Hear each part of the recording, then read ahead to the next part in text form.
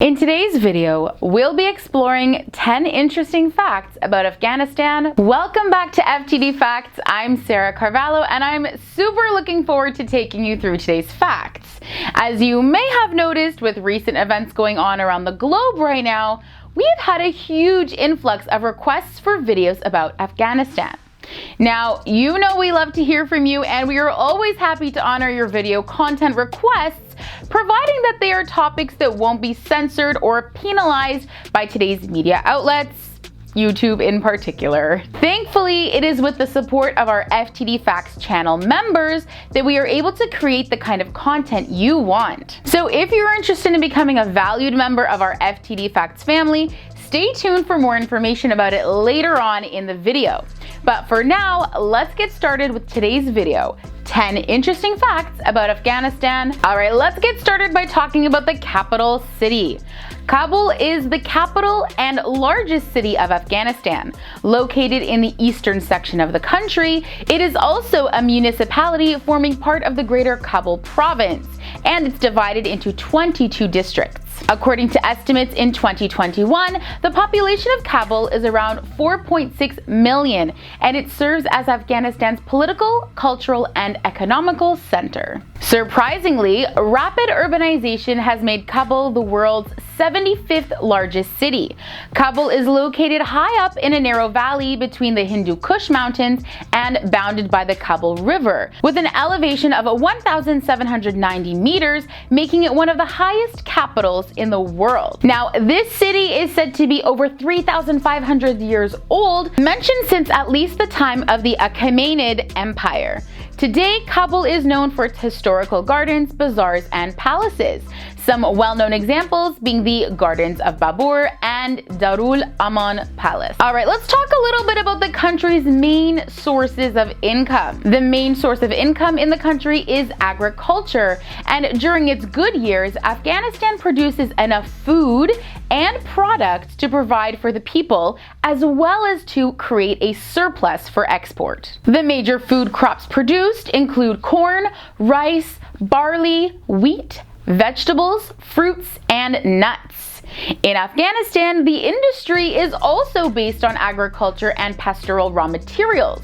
The major industrial crops are cotton, tobacco, madar, castor beans, and sugar beets.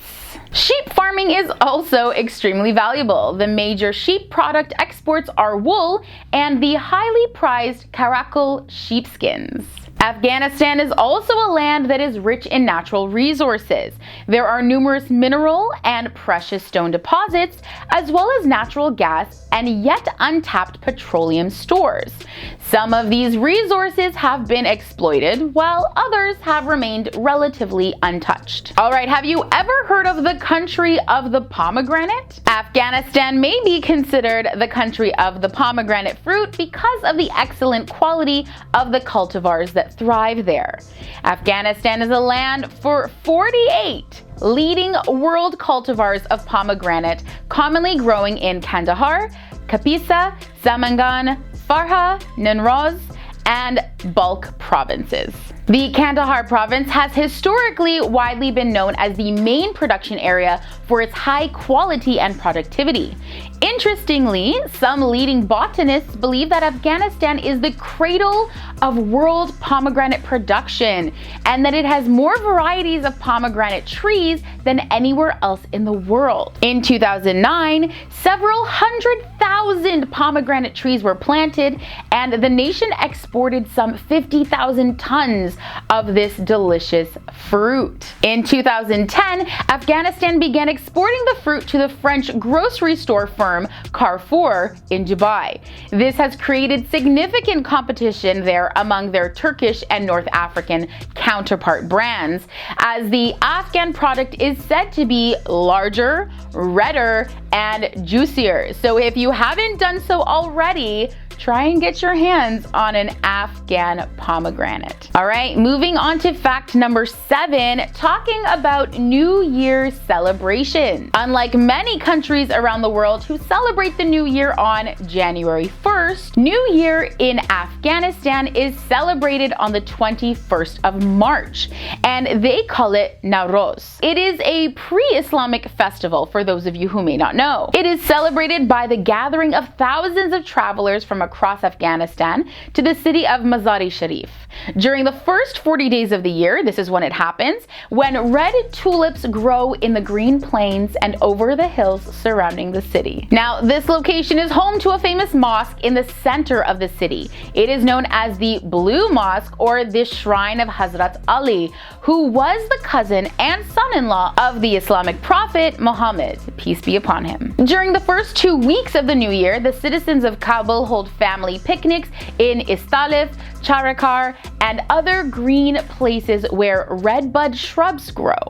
You may also be surprised to hear that at one point between 1996 to 2001, Nowruz was banned and labeled as an ancient pagan holiday centered on fire worship. All right, Afghanistan is home to the world's largest Buddhas? Well, let's talk about that. Unfortunately, these amazing historical statues have been, for the most part, destroyed as of 2001. Prior to their recent destruction, the 6th to 7th century rock-carved Buddha sculptures in the Bamiyan Valley of central Afghanistan were considered the largest in the world. Known collectively as the Bamiyan Buddhas, the two monumental sculptures have amazed both Buddhist and non-Buddhist visitors for more than 1,000 years.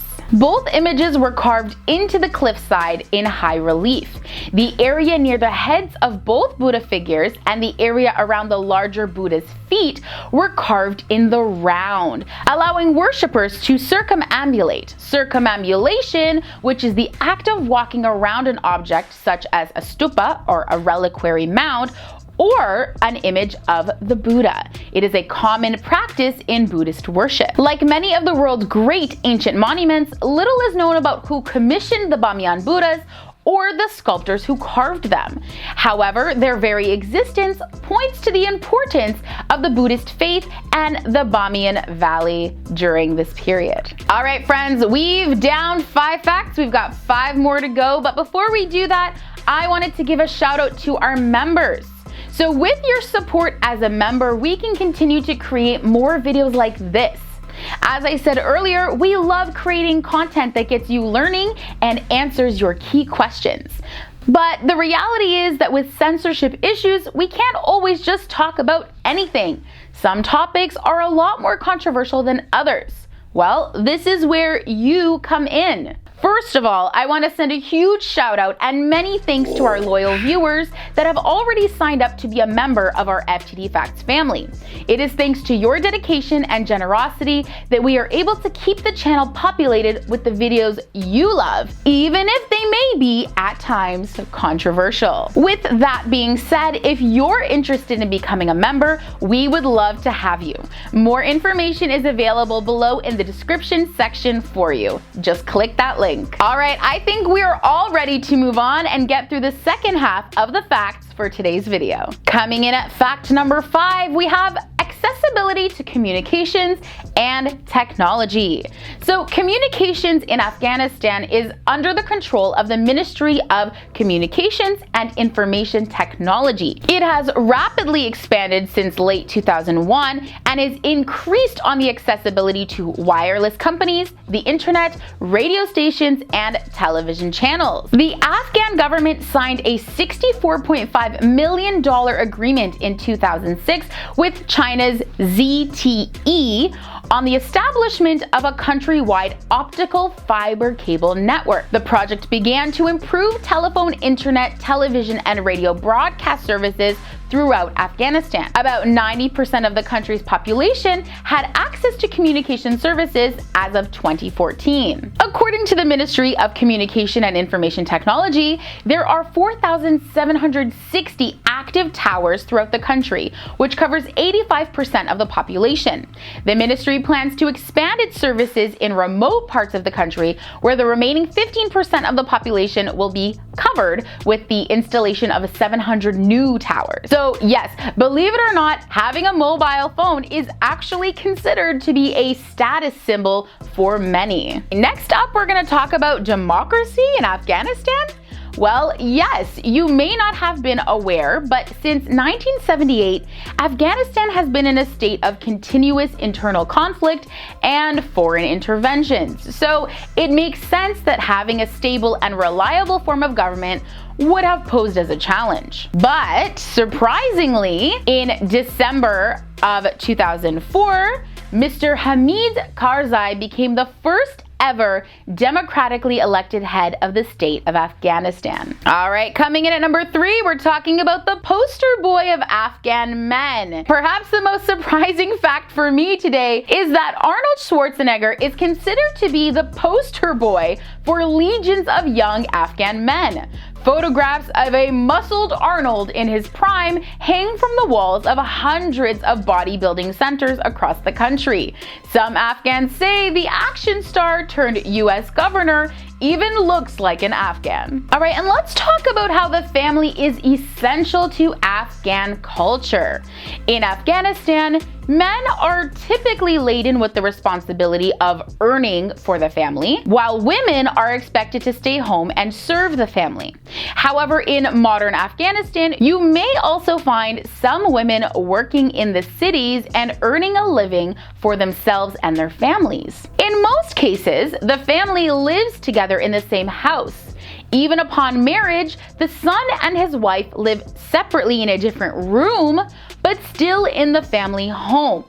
So we can see here that the bond of family is so strong that even after marriage, newlyweds are happy to live amongst the rest of the family. Although many other global countries have this same cultural practice, this is quite different than the Western tradition of moving out of the family home and starting a new life in a new home as a married couple. And coming in at number 1, we're going to be talking about the religion of Islam. Now, you might be surprised to find out that the history of Islam in Afghanistan is quite detailed and thoroughly documented. Literally, it would probably take me a lot of time to read through all of the details. However, for the simple purposes of this video today, I'm not going to go into the specific details of how Islam was introduced to Afghanistan. However, what I did find interesting was the belief that Arab Muslims spread the religion of Islam in Afghanistan around 642 CE in Herat and Zarang. At the time, they recognized Afghanistan as Al-Hind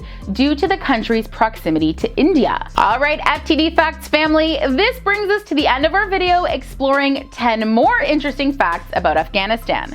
If you enjoyed this video, we have so many more videos for you about Afghanistan, but also about so many other highly engaging topics as well. Don't believe me? Well, see for yourself. I've posted some video links and suggestions for you below in the description section.